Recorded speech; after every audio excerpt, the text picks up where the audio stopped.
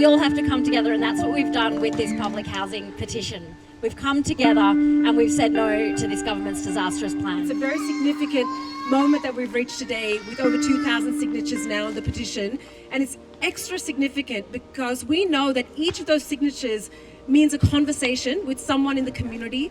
The vast majority of those signatories are people who live in public housing, and this is about empowering public housing communities to be able to speak out about their homes, their communities, and their futures. We have joined with the resident community here to make our connection so strong that when we come together, we cannot be beaten. And so I believe that we can actually stop this disastrous plan from happening. We confuse why would the government want to destroy something that is still good and replace with mostly affordable private apartments and some social housing. Right now, there's 4 blocks of each house 200 apartments in Fitzroy. Most of the people will be moved somewhere else, and only very few will be able to return. So the question what the future holds for us is uncertainty, and it's unsettling. When I first moved here, I actually was homeless, so I didn't have a place under my name, so I was kind of couch surfing. So I was under the waiting list for I think 3 months, but I was very persistent. Every day I called, every day they told me there's no home, and every day I said I'm still homeless, so wait for their phone call, but I never actually waited for the phone calls. Public housing is a safety net for each and every single person, whichever class that you're from, and I think everyone deserves a home, and people should just be as diverse, and housing should be as diverse as people are. So we can't all fit us in one box, and housing cannot all be fit in one box. They're about to displace 10,000 people without a plan for where people are going to go to. We're in a housing crisis of proportions we haven't seen for decades. There are over 120,000 people already on the waiting list for public housing, over 30,000 people experiencing homelessness on any given night, and they've come up with a plan to displace all the people who live in these homes right now.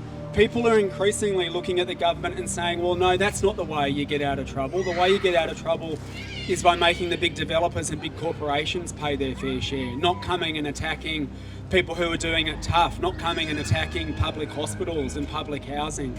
And I think the tide is turning, right? The tide is increasingly turning, and people are just increasingly fed up with a government that says the answer to our problems is to attack poor and working class people and attack public housing and attack public hospitals. And people are saying, well, no, we want a better way.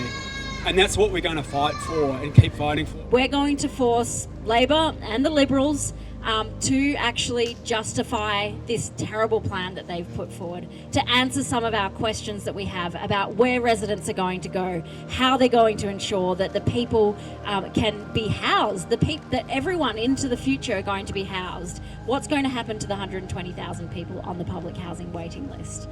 This community, it's a strong community. They connected to each other, and they've been here together since a long time. So they don't want to, to lose their relation and their connections here. If they push and they move somewhere else, so the connection of this community, it's really painful. It's going to be, lose it really. And it's not a right thing, that's why we are fighting for them. There is nothing wrong.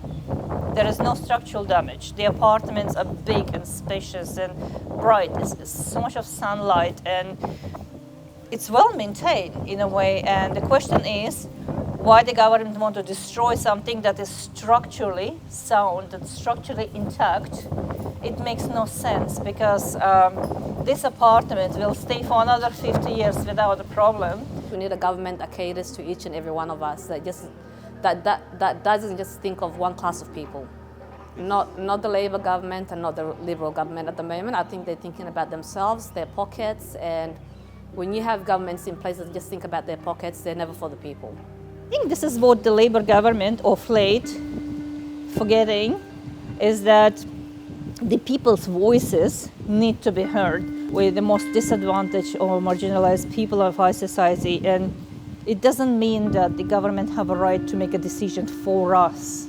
they have to consult us, they have to speak to us, or they have to work with us and what the future holds, rather than make a decision and this is what we decide and you just have to go with that.